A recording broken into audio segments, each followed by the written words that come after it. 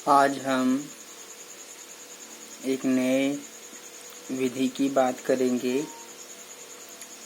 दो चर वाले रैखिक समीकरण युग्म को हल करने की 3 विधियां होती हैं, जिसमें हम प्रतिस्थापन विधि को कर चुके हैं, सीख चुके हैं।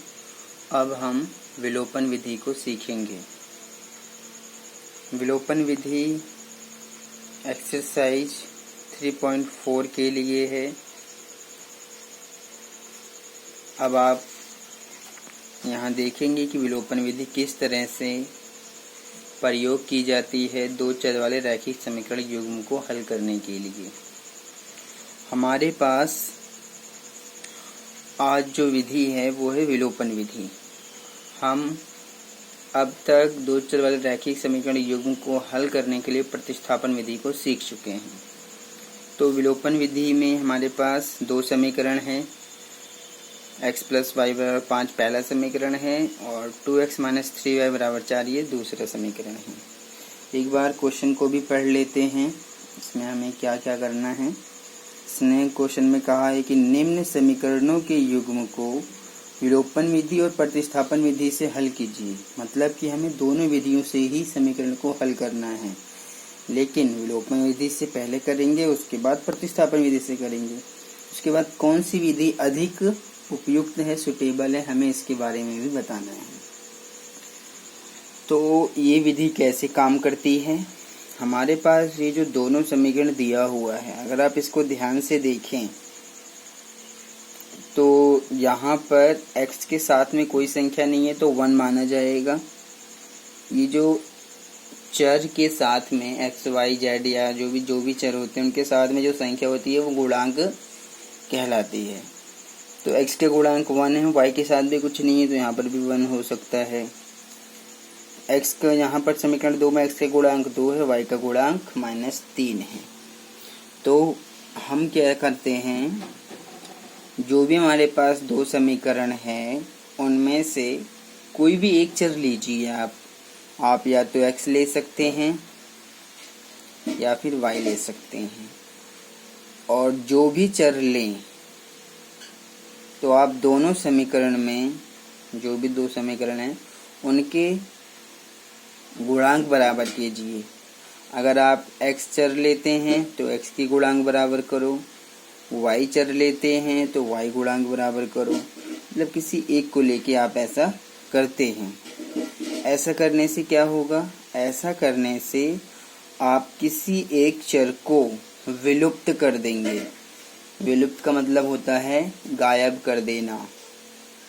तो जब कोई एक चर गायब हो जाता है तब हम इसलिए इस विधि को विलोपन विधि कहते हैं।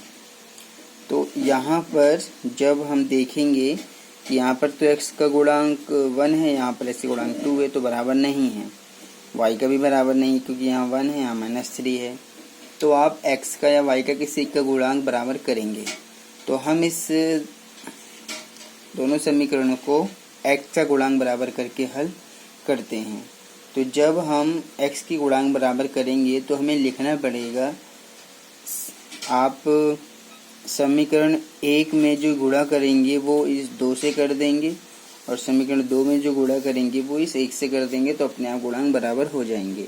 इसी तरह से अगर y का करना होगा तो आप इस 1 की गुणा इस समीकरण में कर देंगे तो y का बराबर हो जाएगा। अगर इसमें बराबर करना होगा गुणा तो आप -3 से कर देंगे तो बराबर हो जाएगा।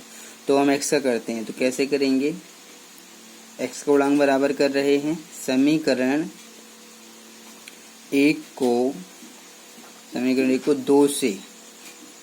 2 से तथा समीकरण 2 को 1 से गुणा करने पर। तो जब आप ऐसा करेंगे, समीकरण 1 को 2 से गुणा करो तो पूरे समीकरण को किया जाता है। तो जब इसको 2 से गुणा करेंगे तो ये बन जाएगा हमारा 2x + 2y = 2 × 10। अब ये है समीकरण 3। जब हम समीकरण 2 को 1 से गुणा करेंगे तो एक का तो कोई खास मतलब यहाँ पर एक के जब गुणा करेंगे तो वही सेम सब कुछ आ जाएगा, यानी कि आ जाएगा 2x माइनस का 3y बराबर 4 और ये समीकरण 4 हो गया। इस तरह से अब आप देख सकते हैं कि x के जो गुणांक है दो दो दोनों में है, यानी कि बराबर हो चुका है। तो अब आप क्या करेंगे, यहाँ पर इसको घटा देंगे। कैसे घटा देंगे, यहाँ पर आप लिख सकते हैं घटाने पर। तो जब आप इसको घटाएंगे तो निशान बदलना पड़ेगा। ये प्लस में है तो आप माइनस कर सकते हैं, माइनस में है तो प्लस कर सकते हैं, और ये प्लस में है तो माइनस कर सकते हैं, इस तरह से। तो 2x और माइनस का 2x ये कट गया। तो ये जो कट गया है ये x यहाँ पर विलुप्त हो गया, इसलिए इसको हम विलोपन विधि कहते हैं। तो ये 2y और ये 3y, तो ये प्लस में है ये भी प्लस में है, तो दोनों जोड़ देंगे तो ये हो जाएगा 5y। यहाँ पर 10 और यहाँ पर माइनस का 4 घट जाएगा, तो यहाँ पर आ जाएगा 6। तो जब y का मान निकालेंगे तो 6 5 बटे में आएगा। तो ये y का मान आपका निकल चुका है। अब इस y का मान आप किसी भी समीकरण में रख के x का मान ज्ञात कर सकते हैं।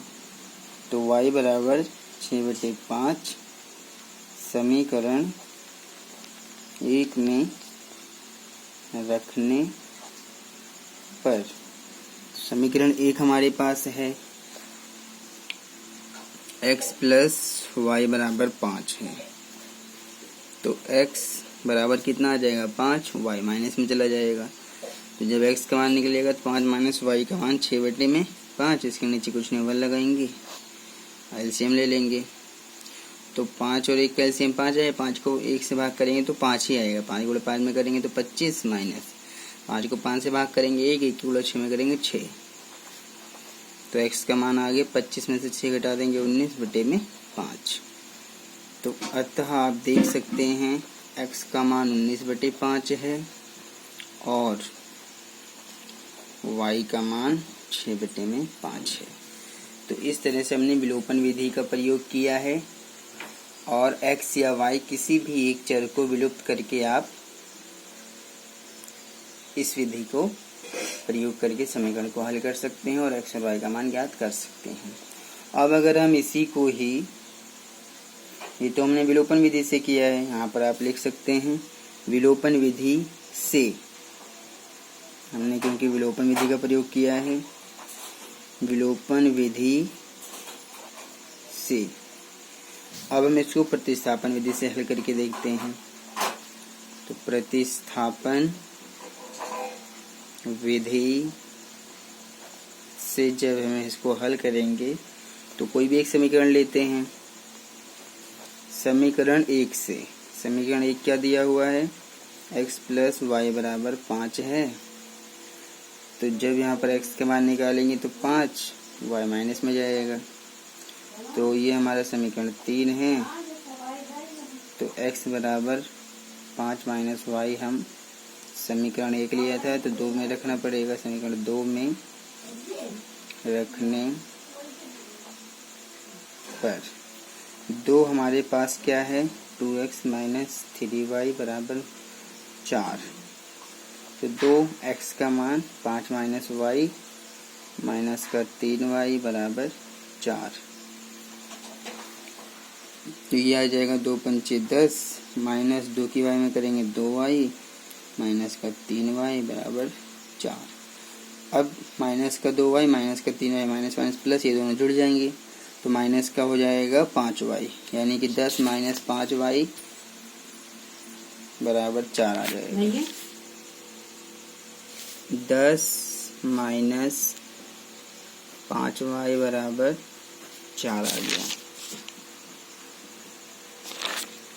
अब यहाँ पर माइनस 5y बराबर 4 और 10 यहाँ माइनस में चला जाएगा।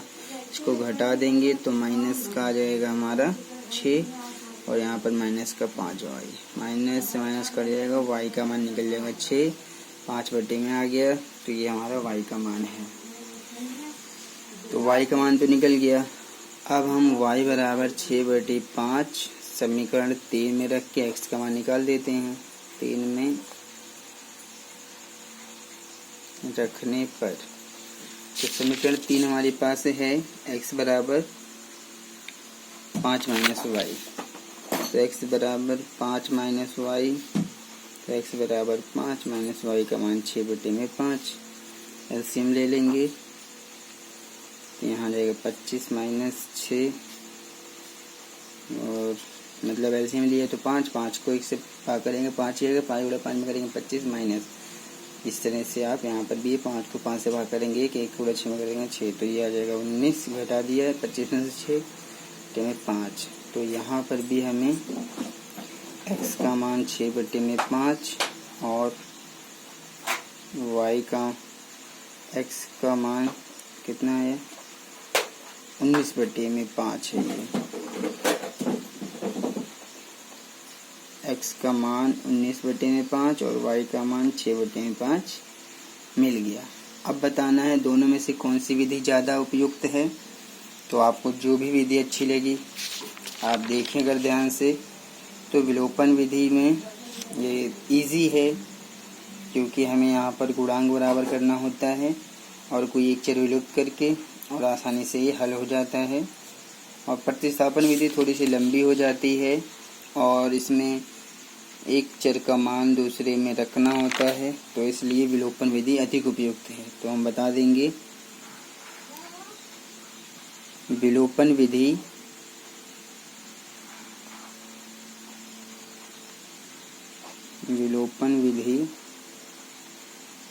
अधिक उपयुक्त